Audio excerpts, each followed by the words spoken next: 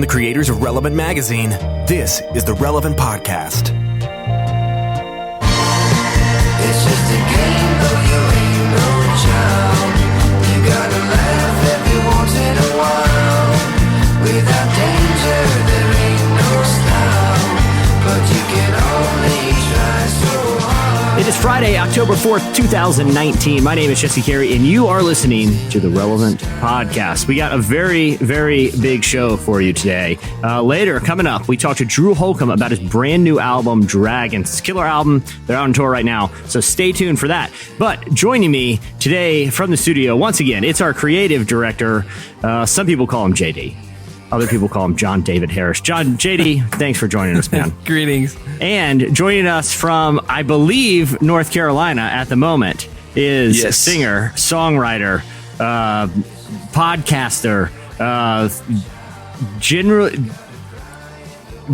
just a cool dude. Do you like my pre-recorded intro there? I just, I was trying to find the right adjective. Mr. John Mark McMillan. John Mark, how's it going, man? Hey, man, it's going well. It's so good to be with you guys again. Yeah, dude. Thanks for joining us, man. So you're recording. I can't help but notice this. I'm going to give some people some behind the scenes here. You appear to be recording in a different location in your home from last time. Last time we were in the studio. Now we are in front of some very nice blinds and some cool drapes. How many recording areas do you have in your home? I mean, we really have one main recording area, and then I can run cables around the house. But Jacob, the producer that I'm working with, he's next door actually editing right now as we're speaking. So I moved into this room because it's a little quieter in here. Yeah. So you say he's editing. I don't want to give too much away, but sure. we can say this: there are things in the works. There are, yes, many things in the works. Okay. And we were talking before the show. I'm the only thing I want to plug is to follow John Mark McMillan on Twitter and Instagram to get the latest updates on those.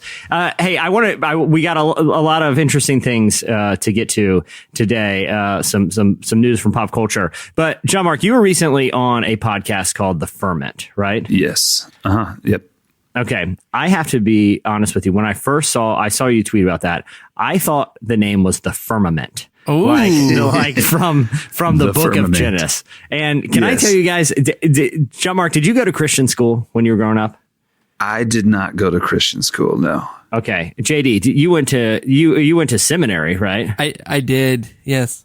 Okay, but John Mark, what kind of did you go to a church that studied that, like, taught young Earth creationism?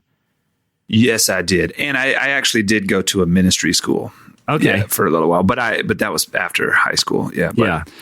I believe that I did. Well, what's really interesting, I feel like at my church, I could never really tell where anyone stood. Certain people would get up and say certain things, and other people would get up and say other things. And I don't know that we had an official policy as to how old the Earth was, but it was much more common that the young Earth thing was the agreed upon idea. Yeah, I grew up in, cause you grew up in North Carolina and I grew up in Virginia. Yeah. And so, just south of the Bible Belt, like I'm never totally clear on the perfect geography of the Bible Belt.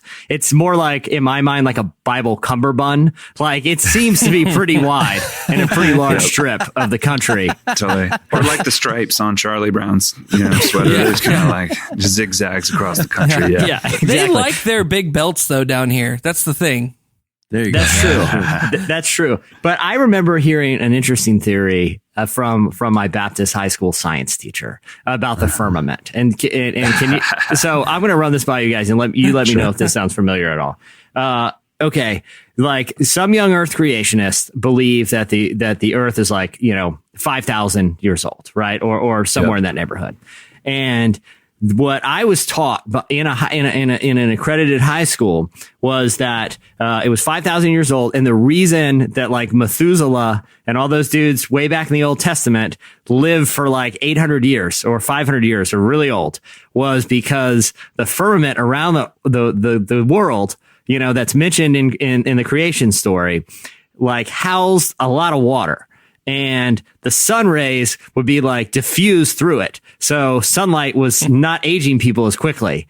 And then when the flood came, it was the firmament bursting and flooding the earth. And I remember thinking like, I don't know how scientific that is, but it does seem like from like a Bible story perspective, it seems somewhat plausible, I guess, you know?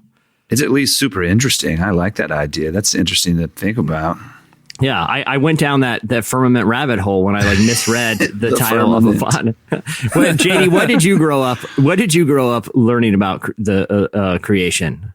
Well, I know like really young, it was very much young Earth, to the extent where we had a traveling like evangelical teacher kind of come through our church, and they were selling these like cassette tape booklets that had all of this like advanced Bible interesting stuff. And I remember begging my parents to let me buy the whole series, and they let me pick one, and I picked the creation and dinosaurs based one. And I remember I opened the first page of it, and it's like, we have now come to the place where we believe that the earth is potentially billions of years old. And I remember as like a fifth grader, like slamming it closed and being like, this is heresy. It's like the equivalent of having like a Ouija board in the house. Get out of here. You know?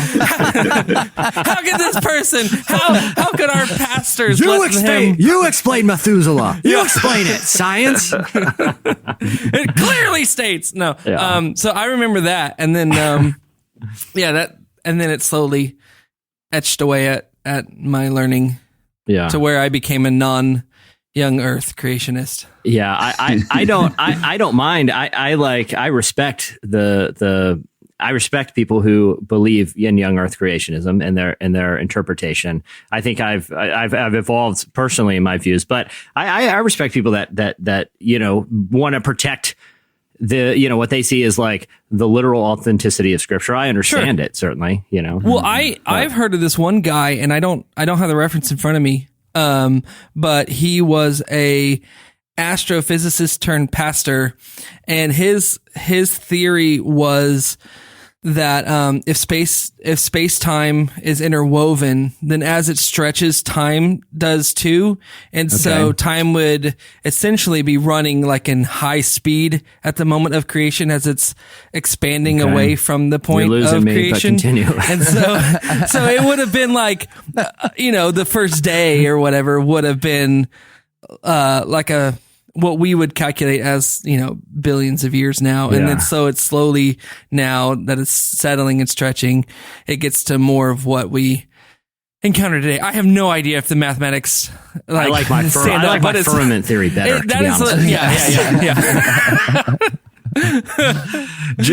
John Mark, does it come because you're also involved in teaching from time to time at church, right? Mm-hmm. Is that ever a topic that comes up, or is that something that, because there are so many differing, very passionate beliefs, do you kind of not avoid, but just choose to kind of talk about other things? Or is that something that you engage with? What I've tried to do is, because we have people, at my church who believe different things, is not to avoid topics that are controversial, at times, but to present both sides. Yeah. And I actually think that's more helpful, because you're going to church with people who believe different things. Yeah. And so instead of avoiding like, well, we're not really going to talk about that because half the people believe this and half the people believe that, we're like, hey, we're going to say, hey, we're all believers and we all love each other. Some of you people here believe that the earth is like 4,000 or 5,000 years old. And some of you here believe, that the world is billions of years old. Well, guess what? Like, we can still love each other, and that's what really matters. So I have brought that up in church before. I remember I actually was teaching on Noah and the flood, and I was like, some people believe that every single animal who exists was on a boat with Noah, and some of you believe that this is, a story about something else. I was like, but what's really important is the implications, God was not happy with the violence in the land, and he was so unhappy that he was willing to start over, and then at the end, of course, there's the rainbow where God said, I'm not going to do this again. The rainbow is like a bow and arrow pointing back at himself, back at the heavens. So he's like, I'm going to take the violence on myself next time. Of course, Jesus, you know what I'm saying? Like that's way more interesting than whether or not the animals actually got on the boat or not. Yeah. So I try and bring up both sides, the way, you know, both groups might think or approach scripture, and try and communicate that like neither one of those really matter as much as, you know, or both of those can be ways we avoid the real point of scripture, right? Yeah. You know, they can both be ways to avoid the hard conversations that scripture wants to bring up, you know, but it is interesting. Things have changed a lot in this day and age. Like, you know, with podcasts, like I remember growing up, like I remember going to the Christian bookstore to try and buy the Book of Common Prayer. And they looked at me like, what are you talking about? You know, I was like, well, this is a book about prayer. And it's a very common one. It's the Book of Common Prayer. It's like, and I'm guessing it wasn't evangelical enough for that particular bookstore, you know, but that was the only place you got materials. You heard from your pastor, and you had what you had, and there were no podcasts, there was no Amazon. You know, you didn't get to listen to Richard Rohr and Rob Bell and Mark Driscoll, and you know what I mean. Like you didn't get all of those different things. You weren't able to like weigh and measure those things because you didn't even know if they existed. Now all of a sudden, people come to church and they know more about the Bible than you do. You know. So I think that church has to evolve in that sense. Like we've got to be willing to admit that we disagree. Even the people in this room disagree about a lot of things. Yeah. You know what I'm saying? I'm pretty hard into this firmament idea. So if you guys don't like it, that's just that. All right. Well, that'll do it. That'll do it for introductions and our creationism theories. Up next, the hot list. Something has to change.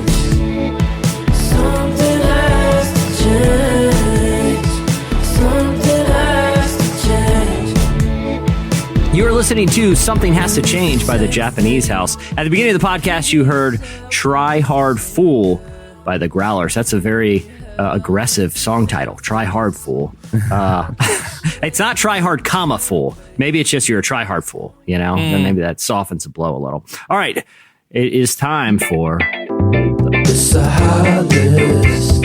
hot list, it's sizzling. It's got the Friday feels with that jingle. All right, time for the hot list. We bring you 5 stories at the intersection of faith and culture. First up, You Say is now officially the biggest Christian song of all time. Lauren Daigle's hit single has now been the #1 song on Billboard's Hot Christian Song chart for 62 weeks. That surpasses Hillsong's Oceans, which was actually released back in 2003, which topped the chart for 61 weeks.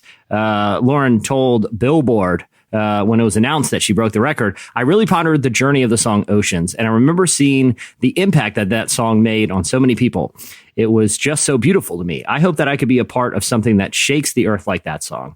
I didn't know that would ever happen, and I had no idea that You Say would be something that would parallel the life of Oceans. You Say has had an interesting journey as a song because I've heard You Say at the grocery store, at like a TJ Maxx, and at the gym when I work out. Like it seems like it's really had this kind of crossover effect. What are your guys' feelings about a Lauren Daigle kind of taking that #1 spot? For me, like charts are weird anyway. Like I feel like since we live in the streaming age, charts are a little bit weird. Yeah. I know they have a way to calculate charts based on streaming, but I don't really understand it. And like, not to be like the cynical music industry guy in the room, but I know that charts are, you can manipulate charts. Really? You know, well, not that you can you can't pay people off, but you can do weird things to like get your album, you know, up the chart. And at the end of the day, like I think a chart is often really just a sales opportunity. Yeah. You know, it's like something to talk about. Yeah. So that's in no way to take away from her accomplishment, because that's a huge accomplishment. But I don't know, when you said charts, I'm like, I don't know how I feel about charts. Yeah, that's what I was saying. Charts are really strange to me. Because the other thing too, and John Mark, you probably know more about this than me or JD, but like when I see like album sales charts, it's like, I don't know the last time I bought an album. I don't know any of my friends who've bought, and you know, in the Spotify era, you know, obviously you're an artist, but you also do cool things like having like kind of limited vinyl releases. Do you still see people buying a lot of physical like albums? Like, I guess, would they still buy them in like CD format?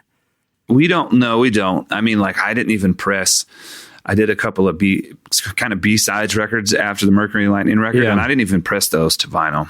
You don't press. I didn't even. I didn't press them to vinyl, but I did not even make CDs of those because there's so few people who want them anymore. I think it's, I think like my parents' age who still buy, physical records more than anybody else. Yeah. But I do like how CDs sound though. Yeah. I do kind of miss that. Yeah. Like, I don't think we've realized how the quality has gone down over the years. Is it because of like compression for streaming? Yeah, it's compression and, the things that they do to, like, I think, at least from what they tell me, Spotify doesn't like anything to be louder than anything else. So they match volumes and that does something, either squeezes it, or it compresses it, which sounds like they're like, oh, okay, we just don't want you to turn something on and the next song blow your head off, since you're literally pulling from 100 years of recorded material. Yeah. But also to squeeze it through your cellular service. Yeah.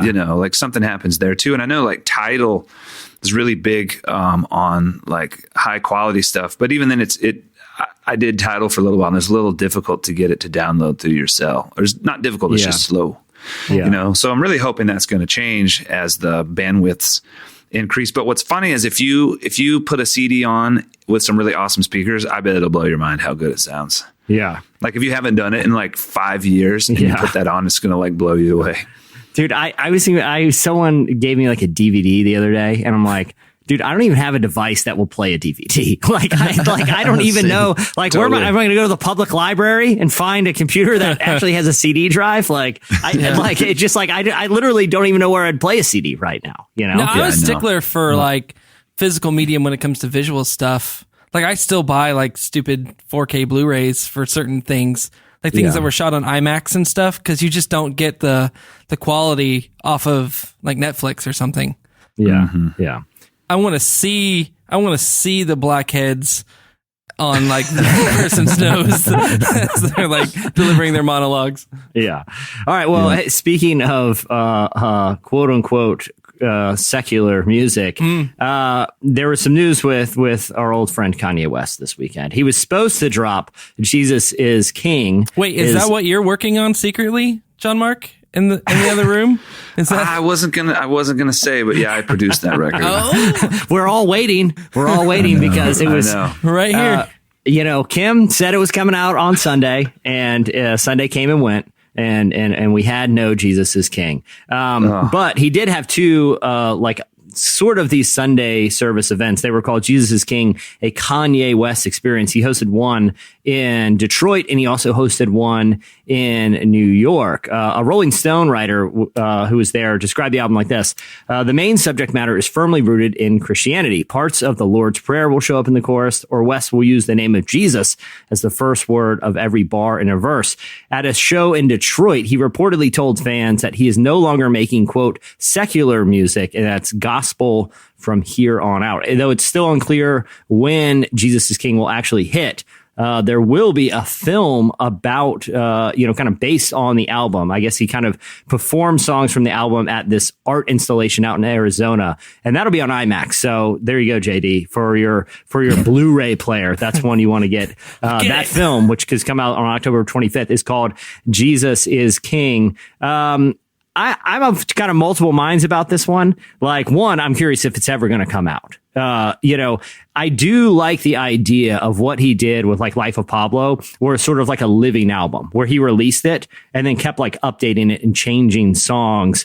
John Mark, from a recording artist perspective, what do you think about sort of the drama involved with this particular album, Jesus is King?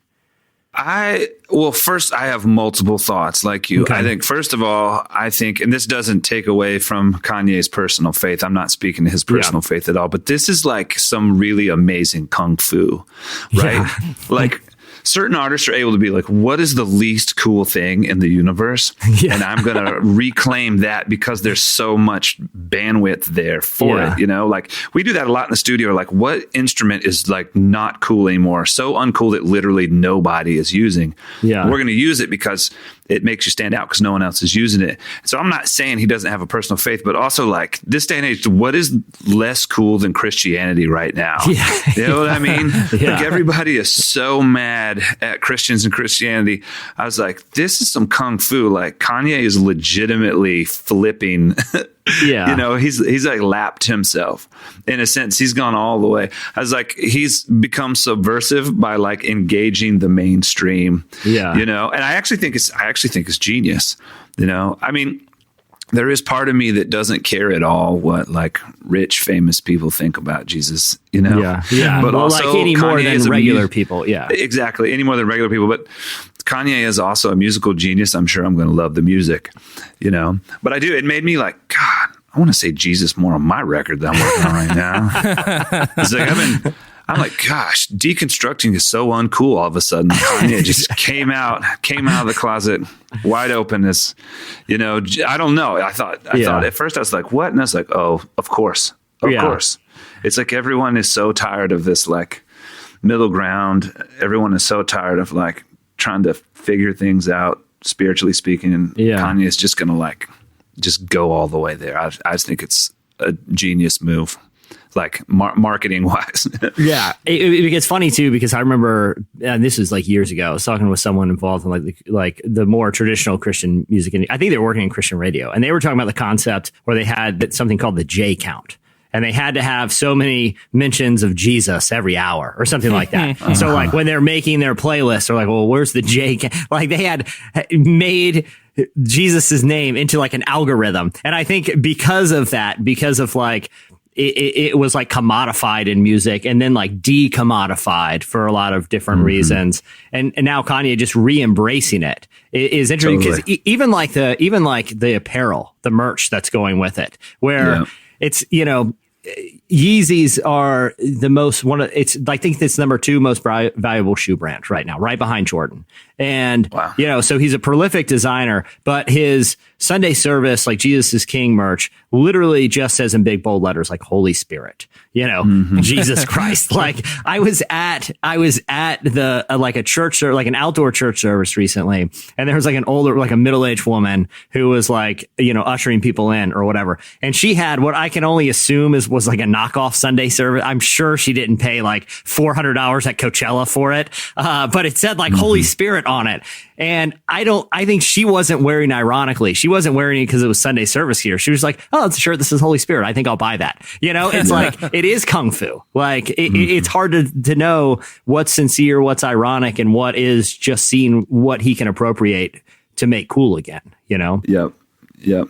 So I would imagine though, I mean, I've read about his like, you know, mental health issues and what he's walked through there. Like, I can definitely see like how you'd want to re-engage in faith or engage more heavily in your faith when you're going through things like that. You know? Yeah. Like, and just because he's famous, I think we tend to think that rich people, they do have it easier than non-rich people in certain ways. Like, you know, there are certain problems that you don't have to deal with, but then there are other problems that just don't go away, like loneliness, you know, like depression.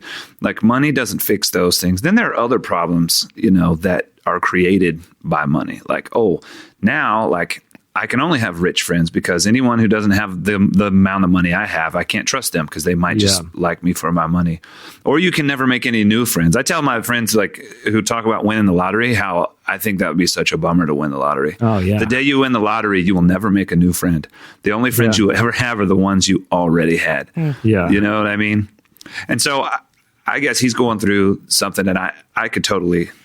I do think it's a killer marketing move, but it could be deeper than that, is what I'm saying. Yeah, it does seem, I mean, it seems earnest. I have no relationship with Kanye. You know what I mean? I'm watching, you know, him through Instagram feeds and, you know, late night rants, but he seems earnest, you know? Yeah. And like people may take issue with his theology or his lifestyle, but it's like, again, I don't see how engaging a conversation about faith in culture and in the public is a bad thing. That actually leads me up to our next item, pop star Demi Lovato.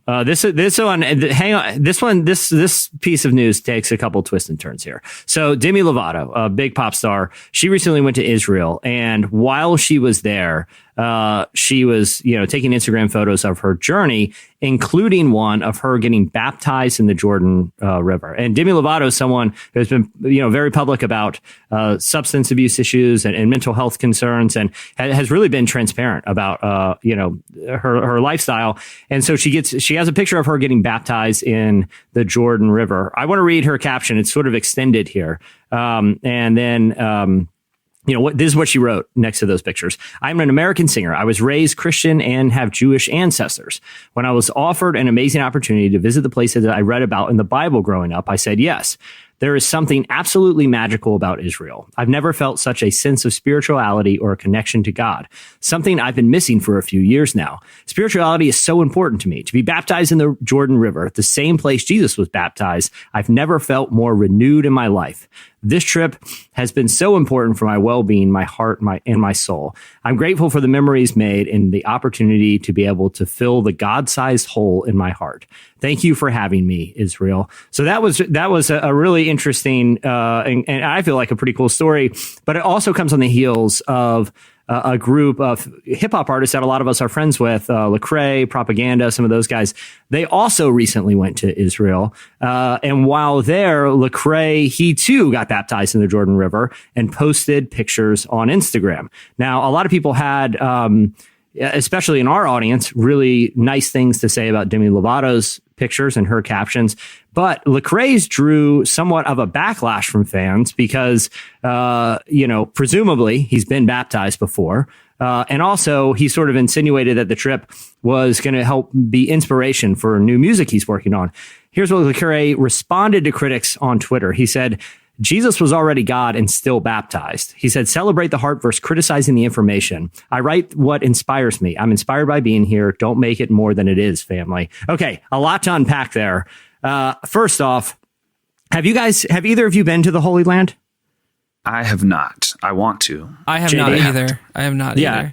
It's like on my, bucket list of places that it would go. But if I went, I do think sort of like visiting the Jordan River and the act of getting baptized seemed like something, especially someone who grew up as a Christian, would be a really cool thing to do. You guys have much more of an education on church and theology than I do. My beat is more Demi Lovato's Instagram feed. So, do you guys have any qualms about someone being baptized again for kind of ceremonial reasons instead of like, oh, it's me becoming a Christian? Like, do you think that's problematic in any way to go to Israel and be baptized in the Jordan River if you're already baptized? I don't. I don't have a problem with it. I mean, I would have a problem with it if it became just a stop on the tourist trip. Like if it was here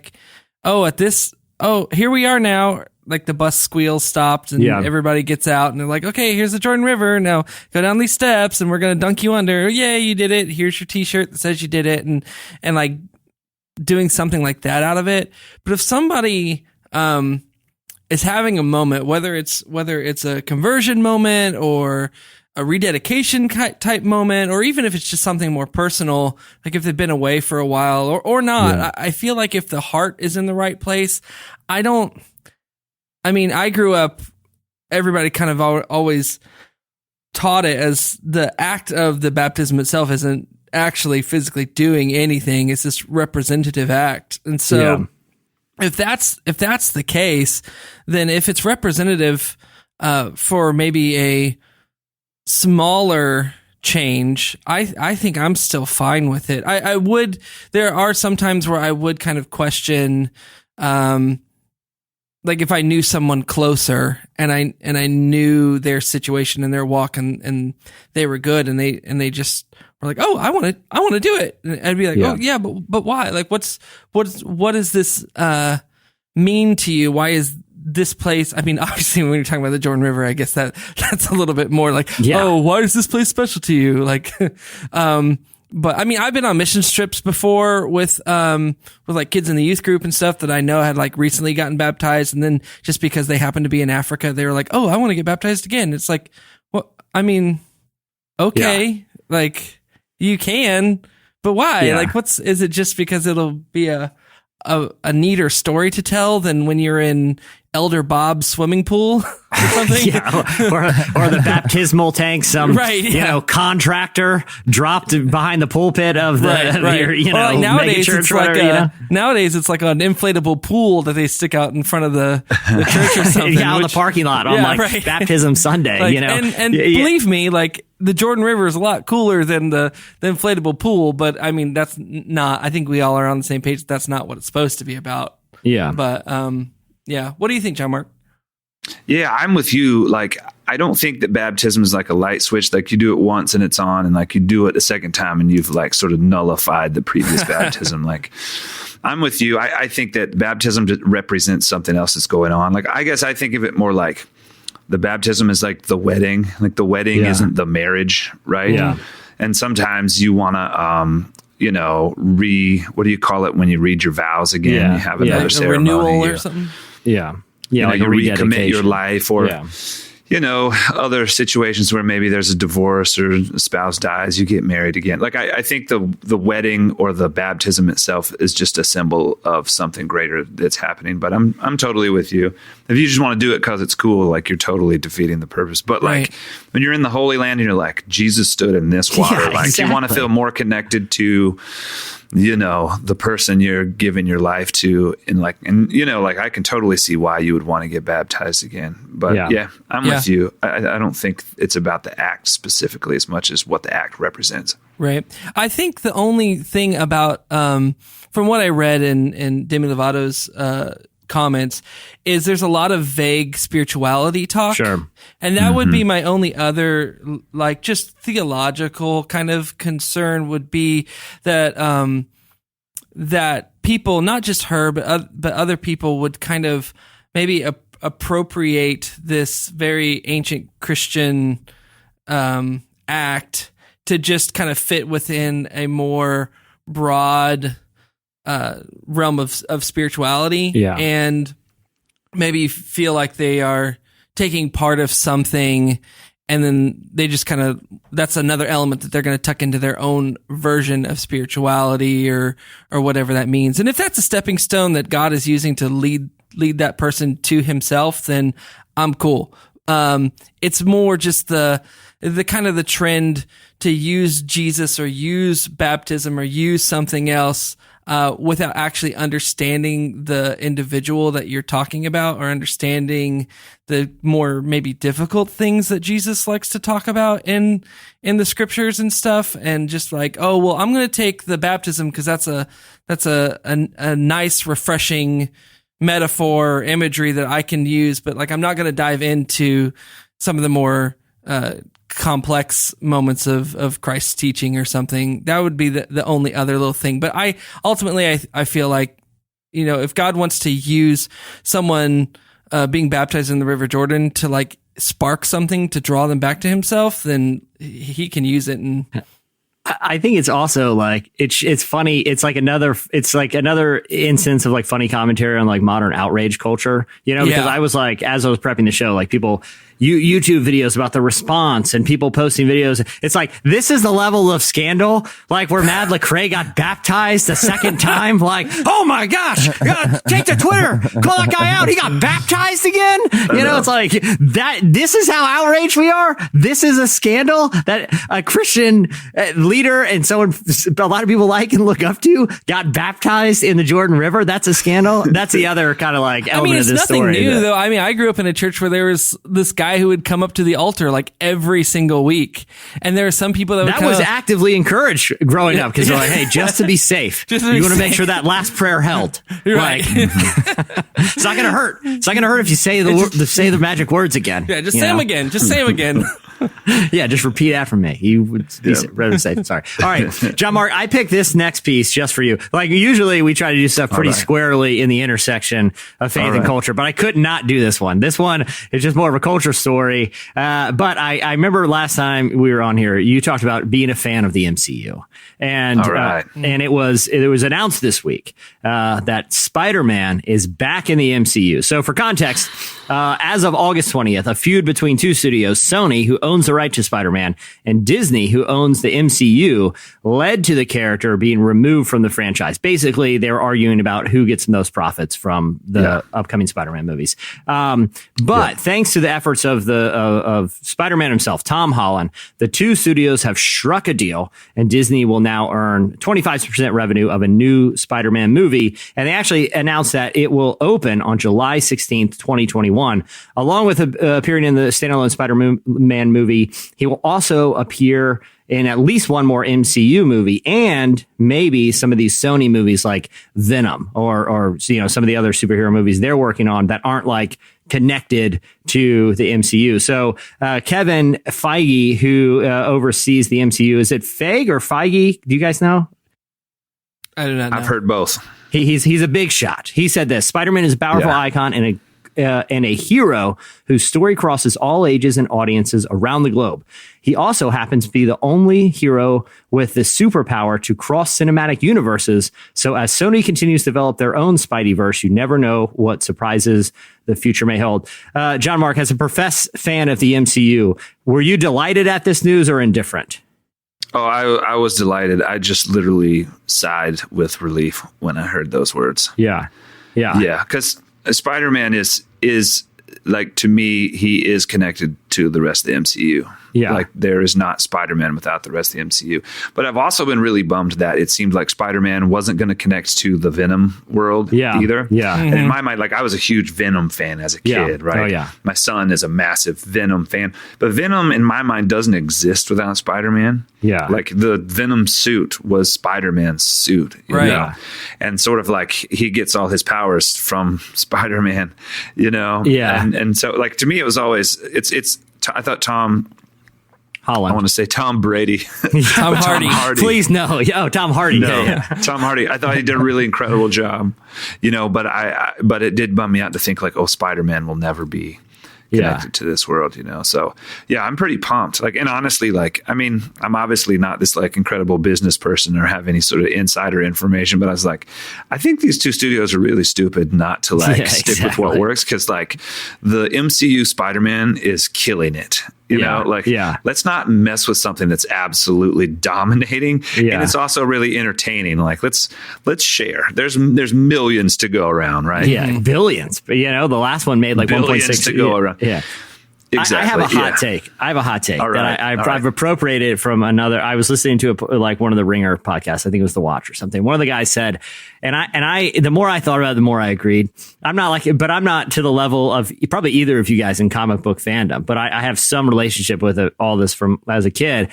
But I kind of liked that he was going to go back to Sony, and it was no longer going to be like, you know, space fighting Tony Stark warrior. I mean, he's basically got an Iron Man suit that looks like Spider-Man now, you know, full of technology. Like when I was a kid, it was your friendly neighborhood Spider-Man. Like it was very much lower stakes. Like he wasn't fighting Thanos on a spaceship on a foreign planet to save the population of half the universe. You know what I mean? Like the biggest conflicts in his life was something having to do with like Aunt May or you know, someone like Venom, you know, whose range of violence was to the Hell's Kitchen neighborhood, which is like a 5-block area in New York. You know what I mean? Like it just seemed like it's more true to the character to have low stakes. JD, do you have thoughts on this? Yeah, I actually, I'm not a huge comic book person. I did read my fair share of Spider-Man growing up. I think it was required reading, if you're our age, but it was like, I don't know. I feel like one of the things that comic books do very well is they create like parallel universes, or they create these like parallel storylines. And so you can follow one storyline of Spider-Man, and it's kind of more along the lines of what they're doing with the MCU, where it's these big, massive, monstrous battles where the planet is about to get destroyed every other day. And then you have someone else, some other author who's writing Spider-Man stories that even can utilize the same characters, but they're telling like really small, intimate stories, like you're talking about like Aunt May and all this stuff.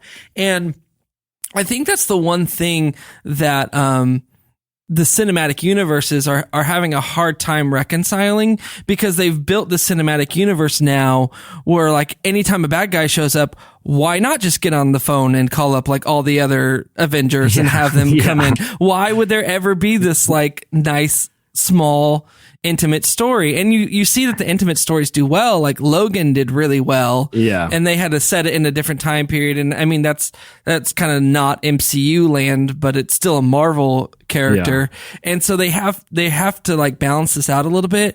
And even, the Into the Spider-Verse movie, which was Sony Animation, I thought was like fantastic, and it was separate from the MCU. And I feel like, and I don't know if this will work. I don't know if it would cross mediums well, but I feel like there could be room for multiple like superhero stories that involve the same characters. Yeah. I mean, we've reinvented Batman like 19 times now, and and like they all kind of have their own characteristics, and comic books and comic book fans are really used to that world, and movie going people traditionally aren't used to that world. Like you're either rebooting or it has to be along the same lines. And I'm almost curious if this MCU has become a monster that's so big that if they don't start spinning off and making smaller stories, it's just going to be like, okay, who is the next villain that's going to try to destroy the world? Who is the next thing that it's going to be this big epic moment? And you kind of get that, Survivors, I forget what they call it, like the near miss syndrome, where like the world almost gets blown up, but then it doesn't. And so eventually you stop caring about whether or not the person's threatening to blow up the world. Yeah. And that's my silly take from a person that doesn't make movies or read comic books. All right. One more piece of culture and entertainment news at the intersection of faith and culture. Number one on this week's hot list. You guys may question why I ranked it number one, but I felt like it could generate a little discussion here. All right. M. Night Shyamalan's new Apple TV show will deal with themes like life and belief. Okay. So there aren't a ton of details available just yet about the new series, but it is called Servant, and it will debut on the platform on November 28th. This week they've released a couple of kind of creepy trailers. In the latest one, a woman is seen changing the diaper of an extremely realistic looking, like rubber or silicone baby. And the words appear on the screen. What do you believe? According to the official synopsis, Servant follows a Philadelphia couple in mourning after an unspeakable tragedy creates a rift in their marriage and opens the door for a murderous force to enter their home. Though, his films do frequently deal with the supernatural or paranormal, faith and religion are also frequent themes and have showed up in films like Signs, The Village, and Devil. And we're kind of in a Shyamalan right now. He's kind of he went through a period where he was the big hot new director with Signs and The Sixth Sense, but then he kind of had the weird ones, Lady in the Water, and he kind of became a joke. But then he's had some of these kind of mid-budget movies that have actually done pretty well. And now he's got the show for Apple TV, which is positioning itself as like the ultimate prestige TV. John Mark, let's start with you. Do you have an opinion about M. Night Shyamalan, and does a project like this interest you at all? Yeah, I'm a big fan of M. Night. I haven't loved every single one of his movies, but the movies he's made that I did love, I loved a lot. Like Unbreakable is one of my favorite movies of all time. You don't really hear people talk about that movie very much. Mm-hmm. The original one with Bruce Willis. And what was it called? The second one. The new one was called Glass, but then there's one before Split. Yeah. I thought that was terrifyingly exciting. So I really enjoyed that one too. So yeah, I'm super interested. And the faith component makes it even more interesting. So I'm super interested to see what this series is like. Yeah. And the way that he has incorporated faith into some projects specifically, I mean, in Signs, it was overt, right? I mean, Right, wasn't yeah. Mel? I'm trying to remember. Yeah, Mel Gibson was a priest who had walked away from the faith. Yeah, Signs is like one of my favorite movies. Because of all the time. whole movie is a metaphor about doubt and coming back to faith, and about experiencing things that in the midst of tragedy. And then in The Village, it's more about like spiritual oppression and fear of the unknown, and actually using fear to control very religious people. And I don't know if you guys saw Devil. That one kind of flew under the radar. Where it's basically it's a really small film where people get stuck in an elevator, and the power keeps going out, and every time it comes back on, another person in the elevator is dead, and they're trying to figure out who's killing everyone. But the movie, you find out the backstory is kind of Lost style and series of flashbacks, and everyone in the elevator is dealing with unforgiveness in their life, and that theme. You know, I don't want to give too much. I don't want to spoil the movie, and it's been out for like 15 years. Like, that theme of unforgiveness is what is at the heart of evil in the film. The only way that to conquer evil is to either forgive someone or forgive or yourself. So I do feel like he has played with these themes in interesting ways. JD, do you care about this Apple TV series at all? Yeah, I mean, I really like John Mark was saying, the films that I like of his, I really like. Yeah. I really like how he builds stories around like themes and concepts and stuff. I think it's his greatest strength and maybe his greatest weakness, because so much of the story is subject to that theme, where if the theme doesn't have enough legs, then the story just starts to kind of fall apart itself. But I'm always curious to see what he's doing, and I'm curious to see him do it in more of like a bite-sized way. Yeah. Like And instead of TV. having to instead of having to write out like a 2-hour narrative, even if it is like a 10-episode series, like I'd love to see what he can do breaking those stories down into, 15-minute. And I actually have no idea how long the episodes are, but breaking them down into small, like, episodic storytelling, I'm really curious with it, and it'll just be for me, it'll be like, what themes is he landing in, and has he given himself enough room to play in with that theme? And I think if it does, then I think he'll be good. I think they're also doing some other stuff too. Apple TV is with Steven Spielberg is releasing like Amazing Stories, which is kind of like an old Outer Limits kind of vibe, a Twilight Zone kind of thing. And so they're really playing into some of my sci-fi love language. So thanks, Apple. Yeah, comes out soon. Yeah. I love the whole idea of the long form. Yeah. It used to be like, if you want a movie budget, you get like 2 hours, or if it's like a, big time director who's doing their masterpiece, maybe, you get like 4 hours, 3 hours, 4 hours. Right. But, or you have the long form TV show, which is like a super tiny budget. Yeah. But now you have movie budgets for series that could go on, indefinitely, Yeah. And so I really like that you don't have to wrap up the story in 2 hours. Yeah. You can spend 2 years, 3 years, 4 years, 5 years, developing a storyline, with movie level budgets. I love that. I love that about the modern, streaming age. Yeah, I have a question for you, John Mark. In the music industry, I know that a lot of things are moving towards like singles and things of that nature.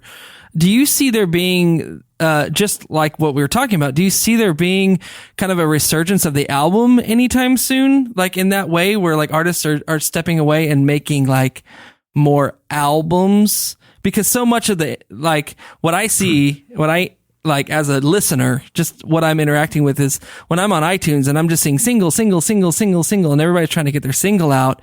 But I personally love to just sit down with an album and just love to sit and listen to the whole thing. Yeah. Right. Yeah. That's the experience that I want, more of that longer formed thing.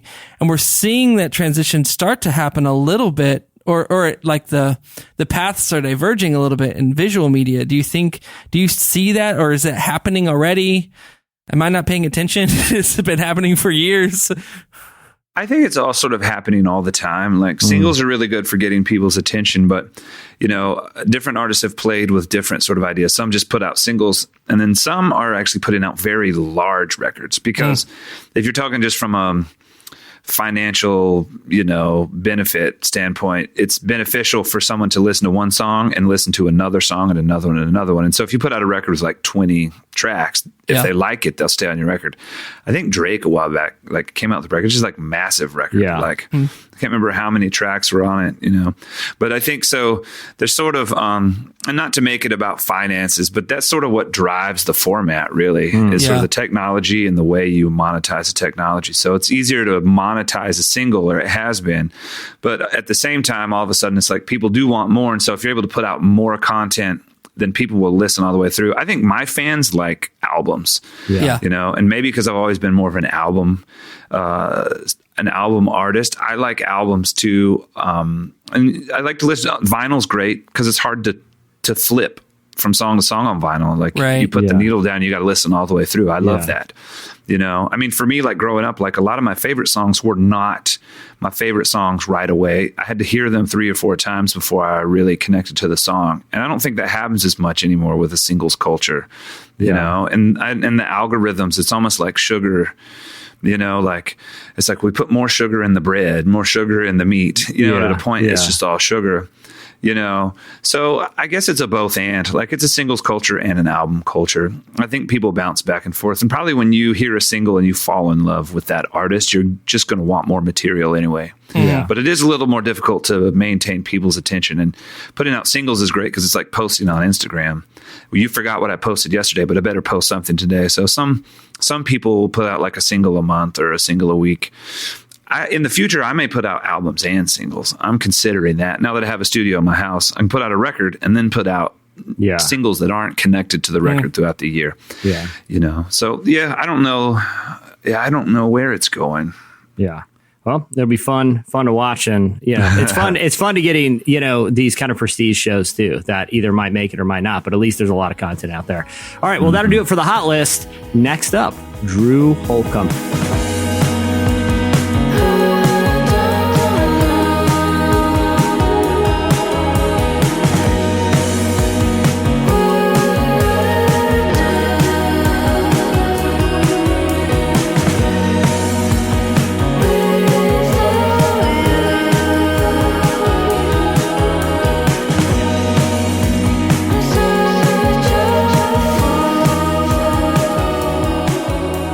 You're listening to Days by No Vacation. Well, this week's featured interview is brought to you by our brand new podcast called. It's a podcast for church leaders.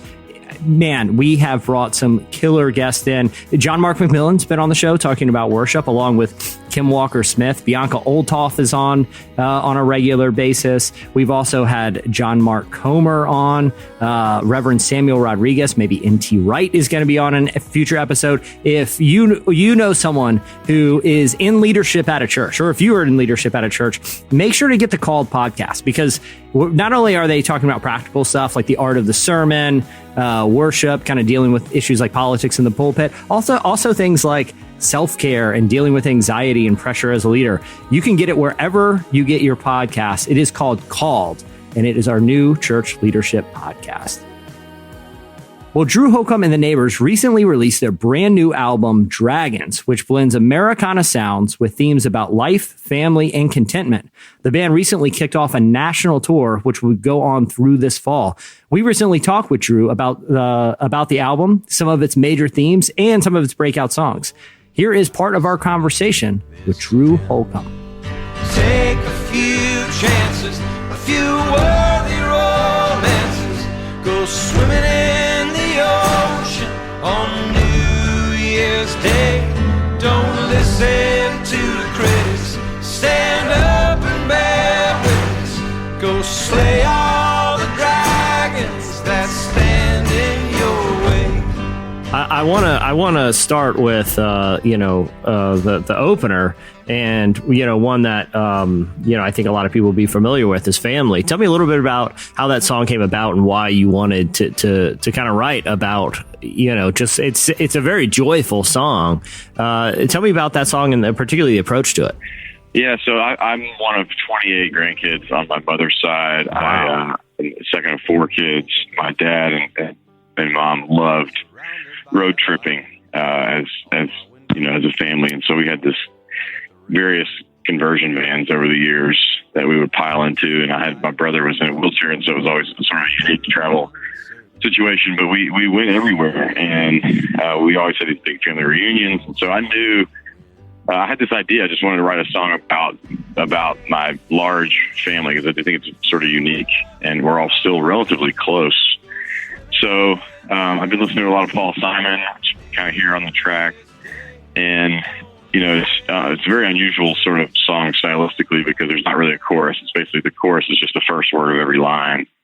It's a sort of stanza refrain, family singing in the kitchen, family running through the yard, family going on vacation, family and a credit card. And the credit card line especially is one of my favorites, because it sort of adds a little bit of an edge and a little bit of a risk to the song. It's like, well, sometimes, families on borrowed time, families on borrowed means, you're taking a chance, you're taking a risk to sort of create a memory. And my dad always said, he said, when I die, we may not have much cash to give you, but we made a lot of deposits in the memory bank. So, that's your inheritance is your memories. On the way to the city, laughing in the rain. It ain't always pretty, can drive you insane. Got the keys to the kingdom, take it out of our car. All four seasons, well bless your heart. Another one I wanted to jump out there at the top of the album is "End of the World," which is such it's such an interesting song lyrically. I mean, I love the sound of it too, but it's such an interesting song lyrically. Can you tell me a little bit about the backstory of "End of the World"? Yeah, so I started that song with this line, "Don't eulogize on my behalf, I'm a long way from my epitaph." And so the song is really about sort of finding your individual voice in sort of sea of political and cultural division that we sort of find ourselves in constantly. If you listen to the Trump campaign, they're going to tell you that, there's, or even the Republican sort of side of things, it's like, hey, the world's coming to an end because the moral failures of the far left, and they're just degrading our family, economy, and, what he said in his, inauguration, American carnage everywhere. And so it's like all this bad news. But then, if you go to the other side of the thing, it's like, hey, if we don't, solve this, climate thing, the Republicans are going to destroy the world, and everybody hates each other. It just is like, sort of can be kind of overwhelming. And while I certainly have a point of view in all of that, I don't think it sort of defines the way that I see people who don't share that point of view. And so in that, I think we can sort of get lost in all of that, and we can lose our identity and lose our capacity to, like, hey, we're still alive. We've got a life to live. There's this great Peanuts cartoon. Charlie and Snoopy are sitting on the edge of a dock looking out over a lake. And Charlie says, in his sort of, typical, sort of doomsday personality, he says, hey, Snoopy, we're going to die someday. Snoopy says, yeah, Charlie, but not today. And every day till then, we're going to live. And so that's essentially, it's like a little bit of a tongue-in-cheek take on this sort of eat, drink, and be merry, for tomorrow you will die. Because it's not today. Don't eulogize on my behalf. When I'm dead, I'm dead, but I'm not there yet. Hey, it's the end of the world now. Haven't you heard? So smoke 'em if you got 'em. Boys and girls, say goodbye to the past now. Raise up your glass and revel while it lasts. It's the end of the world. I wanted to also, I know we mentioned it early, but Make It Look So Easy. That's one I've been constantly coming back to. Can you talk a little bit about the backstory and making of that song? Yeah, I wrote that with Lori McKenna up in Boston, and she's been married to her husband Gene for 30 plus years. They have 5 kids. Ellie and I have been married 15 or 14 years, 3 kids, and both of us were just talking about how, how grateful we are for these long-standing, sort of stood the test of time relationships, and how sometimes you look at your spouse and you're like, man, you make life so much easier for me, So I sort of pulled different parts of me and Ellie's story into the verses, and just, sort of, it's just a simple sort of ode to the one you love, It's a gratitude song, but wanted to sort of couch it in this big, like you said, Tom Petty, Fleetwood Mac-esque, anthemic, guitar rock and roll song.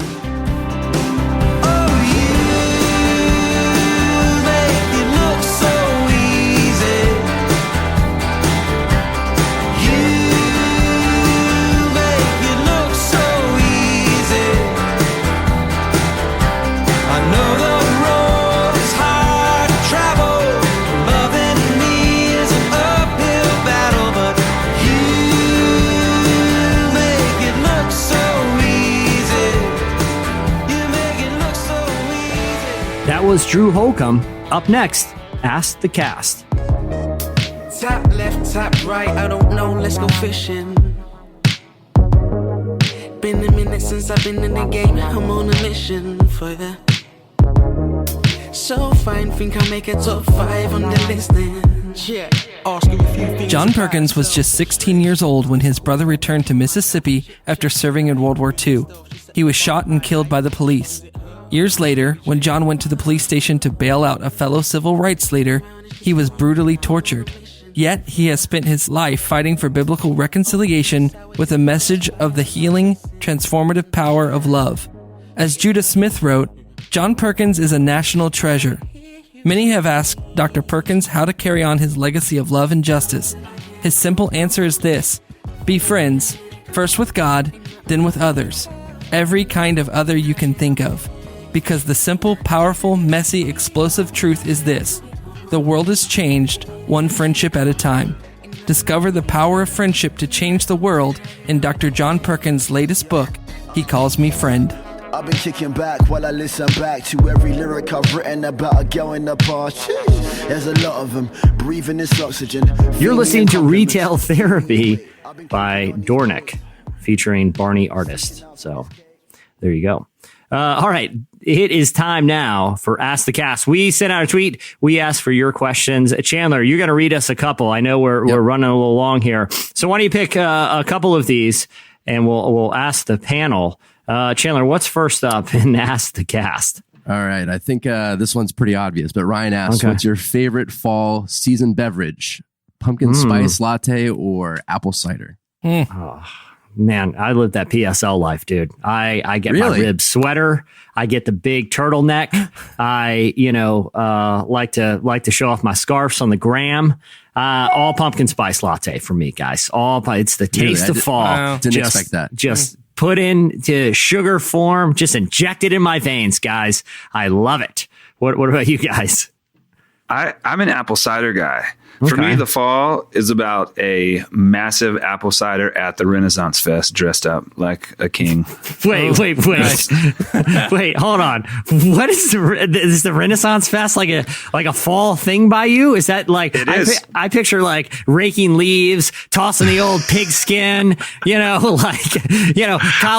college game day, the Renaissance Fair. Like the Renaissance Fair, that's me, man. I don't know if, they travel and just my local Renaissance Fair is, they're only open in the fall. Maybe it's some other part of the country they're open in the summer or the spring or, whatever. But they only open in the fall here. And I take my kids every year and I get a massive apple cider and I dress up like a king and I wear a sword and I walk around and I talk to all the demons and comic book people and the fairies. LARPers. I don't know. It's fascinating to me. My kids love it too. That's it's just great. a great opportunity to dress up like somebody else and pretend you're someone else for a day. Yeah. That's my fall. If it's between the two of those, I do apple cider, but if I could choose anything, I'm like a vanilla chai latte person. That's not fallish. I think that's not fallish. That tastes like fall to me. That's not the spirit of the question, JD. All right, Chandler, what's next? You ruined that one, JD. Lydia asks, my fiance and I are honeymooning in Switzerland. What should we do while we're there to make the most of our trip? Wow, Switzerland. I've never been, and I know I feel like I conflate Switzerland and Sweden and like a lot of Nordic areas in my mind. My only context for traveling. I don't think Switzerland is Nordic.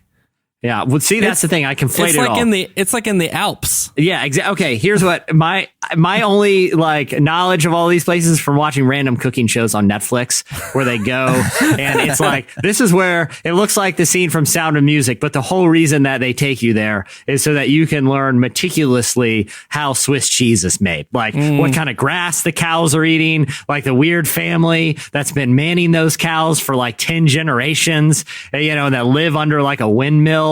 And, so I would say go hunt down some Swiss cheese, like travel through food. If I've learned anything through Netflix, John Mark, you've toured the world. Have you been to Switzerland? Switzerland is one of the few there's actually lots of places I haven't been, but it's one of the few places that I've planned to go that I've not yet visited. And many, many of my friends have been to Switzerland. And I would say, at least what they tell me is that you need to just go hiking, get out into nature, like find the little villages and ride the little buggy up to the top of the mountains. Like apparently the Alps are like, some of the most unbelievable mountain ranges in the world. And I've heard, so go look at some nature. That's what I would attempt to do. Yeah. And this is just a little tip for international travel. Sleeveless American flag t-shirt. Let them know. Let them know. Let them know where you come from. Let them know these colors don't run. And we're here. We are here. And we're going to have a good time. And we're going to be loud if we want to be loud. And we're going to demand good service ever we go. JD, do you have any tips for their Switzerland honeymoon adventure? Yeah, I'm going to introduce some controversy here. And I'm going to say that you should try to hunt yourself down some Nazi gold. Because... supposedly, during World War II, the Nazis hid all their gold in Switzerland because Switzerland remained neutral. And then the Nazis went away, and no one knows where that gold went. So, hunt yourself down some Nazi gold. Little Indiana Jones adventure up there. So, I was going to say, set up a tax shelter. Oh, yeah, exactly. A Swiss bank business. account. Yeah, set up a Swiss bank account. From my understanding of watching, James Bond movies or like espionage documentaries, it's a very good place to set up a bank account. Use that honeymoon, use that wedding money, set up a little side account, call it whatever you want because it's untouchable. All right, Chandler, we got time for one more. Give us one more Ask the Cast question. All right. Hope asked, what is the next worship leader fashion trend? Wow. I'm going to go bold here. I'm going to say monocles. Monocles or eye patches. Like I hope it's something that involves one eye. I feel like we've covered I feel like just fashion in general, we've covered everything else. Like fashion is just continually moving backwards, like it's like 70s is no longer cool. Like it's now, like very rustic or like, it just keeps moving decades backwards. I'm talking go like 16th century. Monocles or eye patches. You either look very sophisticated or very tough. And either of those two things is a very good look in my opinion. If someone's wearing a monocle, you're like, that guy's probably like a professor, like at Cambridge, or, is making a time machine in his basement or something. If you got an eye patch, it's like, how'd you lose that eye, bro? Got to be a cool story, So I don't know. What do you guys think? Oh man, I'm trying not to be mean. No, be mean. Unleash. Just figure out what people were doing 4 years ago outside of church, and that's probably like go to Brooklyn and take a time machine back, 4 or 5 years ago. And that's exactly what everyone's going to be doing on stage. That's too true. That's good. So I have no style, so I can say that because I'm the worst. I have no style whatsoever. So. That's good. JD, what's your prediction? Yeah, so I'll take a note from Kanye's new merch, and it's all like sweatpants and sweaters. Lounge and so wear. I think you're going to walk into a service, and it's going to look like you're going into an aerobics class from 1992. And so everybody's going to have their sweatbands on, and just a big old poofy sweatsuit. Yeah. And I agree with you 100%. I think you nailed it on the head. I was wrong, but that's exactly what's going to happen. Listen, if you've been to Preachers and Sneakers recently on Instagram, it's pretty close to that right now. It's a lot of sweat gear. Yeah. Some churches are making their own sweatpant merch right now. You know what I mean? It's got like their... I am. Yeah. I'm writing that down. Sweatpants. Sweatpants with like your name, right? JMM, right on the crotch. Like that's the look. That is the look. They're very comfy. They're very comfy. And then wear some big bulky dad shoes that, cost $1,200. And you could get internet famous too. All right. Well, that'll do it for Ask the Cast. Hey, I want to thank Drew Holcomb for being on the show. His latest album, Dragons, is out now. You also can check them out on tour. Also, John Mark, thanks for being on with us again, man. Yeah, I loved it. Thank you guys for having me back. Every time I'm like, oh, I think I said something stupid. They're never going to have me back. And I keep getting emails. So I'm like, well, hey, sweet. There is nothing too stupid on this podcast. Trust me. You have not said anything. It's impossible to say more stupid things than I've uttered on this podcast for most of my adult life. So, but hey, people should follow John Mark on Twitter and Instagram for the latest updates about his projects. Yes. Also, I want to encourage people, hey, download our new podcast for church leaders called. Also, be sure to subscribe to Relevant Daily to get the latest in news every single weekday to your feed. And subscribe now, and you'll get issue 101 with our good friend Malcolm Gladwell on the cover. We got features with Jim Gaff again, Jeannie Gaff again, Logan Browning from Dear White People. It's a great issue. You can subscribe and get that now. All right, that'll do it for the show. I'm Jesse Carey. I'm John David Harris. I'm Chandler String. I'm John Mark McMillan. We'll see you guys next week.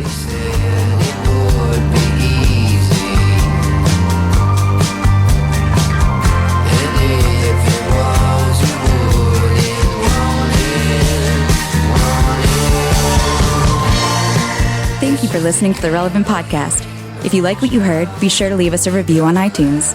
Check out other shows from the Relevant Podcast Network in the podcast section at relevantmagazine.com.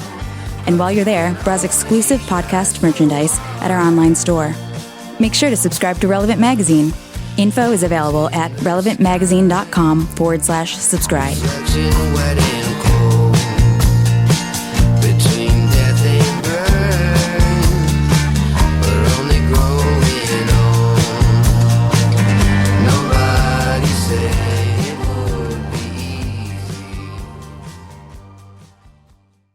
Let them know where you come from. Let them know these colors don't run. Relevant Podcast Network.